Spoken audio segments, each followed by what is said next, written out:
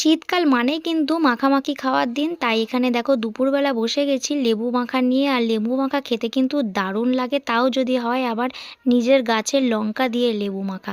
তো দেখো দিদি এখানে কিন্তু লেবু কাটতে বসে গেছে, আর আমি এখানে লেবু ছাড়াতে বসে গেছিলাম।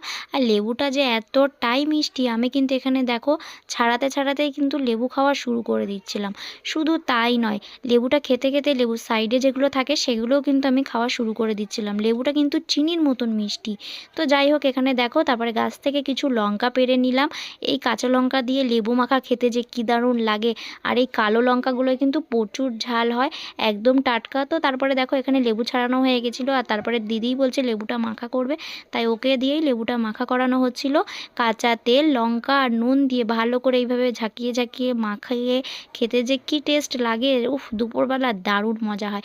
তো ফাইনালি দেখো মাখা হয়ে গেছে, এখন খাওয়ার পালা। আর এখানে দিদি কিন্তু একটু টেস্ট করে দেখছিল, ওকে বলছিলাম টেস্ট করে দেখতে যে কেমন লাগে খেতে। তো ফাইনালি ও একটুখানি খেয়ে দেখলো কেমন লাগে, আর ওর রিয়াকশানটা একবার দেখো, জাস্ট ওয়াও। আর আমি তো বাটি নিয়ে চলে আসলাম, তারপরে মা, দিদি, ফুল ফ্যামিলি নিয়ে কিন্তু এখানে লেবু মাখা খেতে বসে গেছি।